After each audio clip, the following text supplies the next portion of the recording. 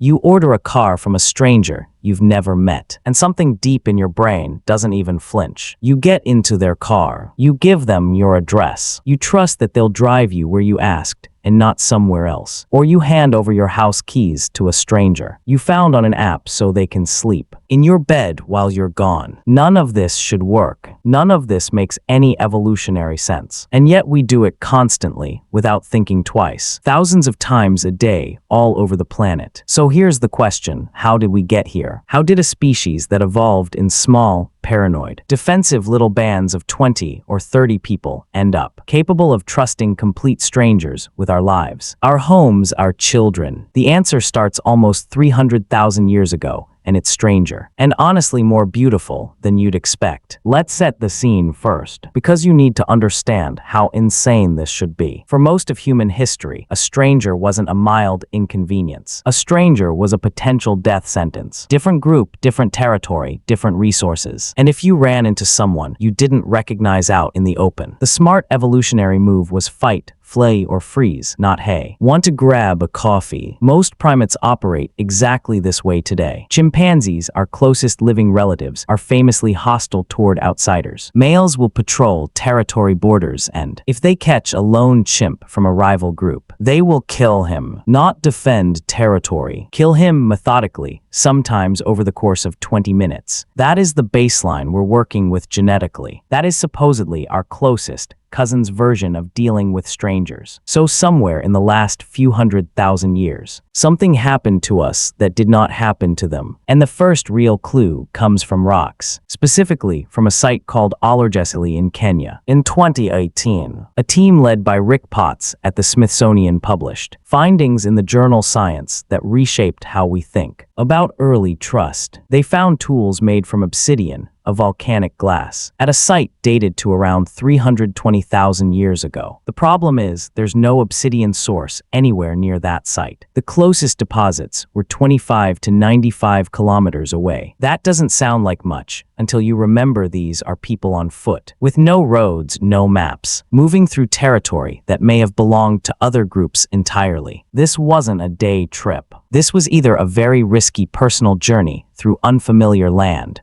or, more likely, an exchange. Something was traded, hand to hand, group to group, across a chain of people who had never met before. Olorgesailie and never would again. Trust, in its earliest archaeological form, looks like a sharp piece of volcanic glass passed between strangers who agreed not to kill each other over it. And once you start looking for this pattern, it shows up everywhere, way earlier than anyone expected. Shell beads found in Blombo's cave in South Africa, dated to around 75,000 years ago, were pierced and strung, likely worn as personal ornaments. Similar beads have been found hundreds of kilometers from the nearest coastline. Somebody somewhere was moving these objects a long way from home, which means somebody was either traveling that far themselves or handing them off to someone they'd never see again, and trusting the object would keep moving. This is where it gets interesting, because these weren't survival tools. A shell bead doesn't kill an antelope or start a fire. It's decoration, it's status, it's identity, which means our ancestors weren't just trading for necessities. They were building relationships through objects that had no purpose except to say, I know you and you know me, even from far away. Now here's where the science gets genuinely wild. In 2017, a team of researchers led by Esk Willerslev, a geneticist at the University of Copenhagen, published a study in Science analyzing ancient DNA from a site called Sungir in Russia, dated to roughly 34,000 years ago. The site contains multiple burials,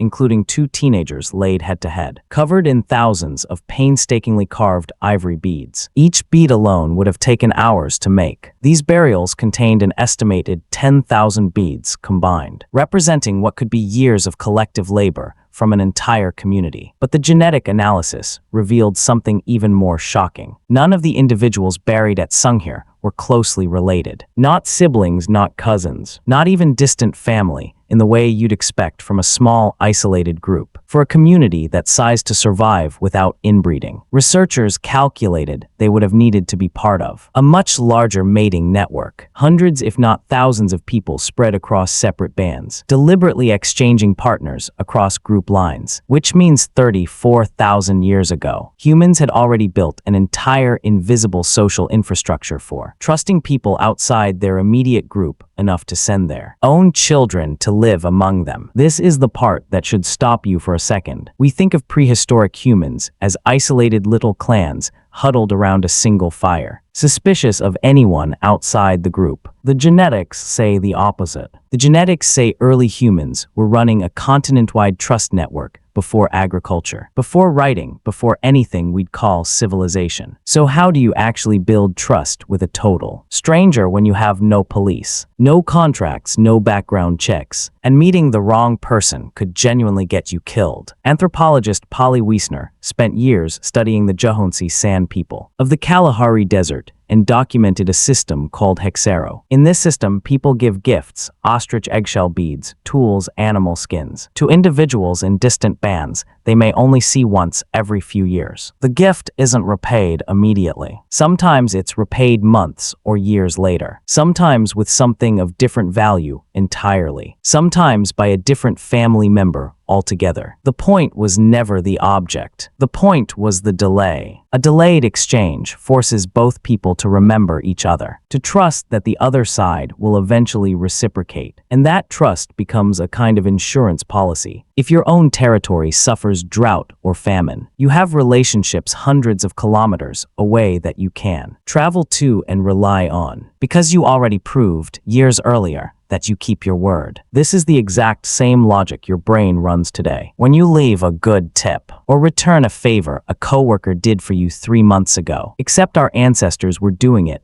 as a literal survival strategy against starvation. But objects alone couldn't do all the work. You needed a faster way to know, almost instantly, whether a stranger was safe. And this is where your body enters the story. In 2005, a study published in Nature by researcher Michael Kosfeld and colleagues found that when people were given a nasal spray containing oxytocin, a hormone your brain naturally releases during bonding, childbirth, and physical closeness, they became significantly more willing to trust strangers with money. In an economic trust game, handing over larger amounts and expecting less betrayal in return, your body has a literal chemical switch for trust. And it's the same chemical that floods a mother's brain during childbirth. Evolution didn't just give us the idea of trust. It gave us a hormone to make trusting strangers physically feel good, which strongly suggests it was valuable enough, often enough, to get hardwired directly into our biology. And once trust chemistry existed, humans built rituals specifically to trigger it on demand. Shared meals, shared fires, shared rhythm, drumming, dancing, singing together, which synchronizes heart rates and breathing between complete strangers within minutes. Tattoos and scarification, marking your body permanently to signal, unmistakably, which group you belonged to, so a stranger could recognize your affiliation before a single word was exchanged. Even hospitality itself, feeding a stranger who shows up at your fire uninvited, appears independently in nearly every hunter-gatherer culture ever studied, almost like a universal software update installed into human behavior everywhere on Earth. Here's the part that ties it all together, though. None of this happened because early humans were naturally kind or naturally naive. It happened because trusting strangers was, mathematically, the better bet for survival. A group of 30 people, alone, isolated, defending everything themselves, was one bad winter away from extinction. A group of 30 people connected to 5 other groups through gift networks. Marriage alliances and shared rituals had backup. Multiple backups. Redundant systems of humans who owed each other something. Trust wasn't a soft, emotional nicety. It was a technology. Arguably one of the most powerful technologies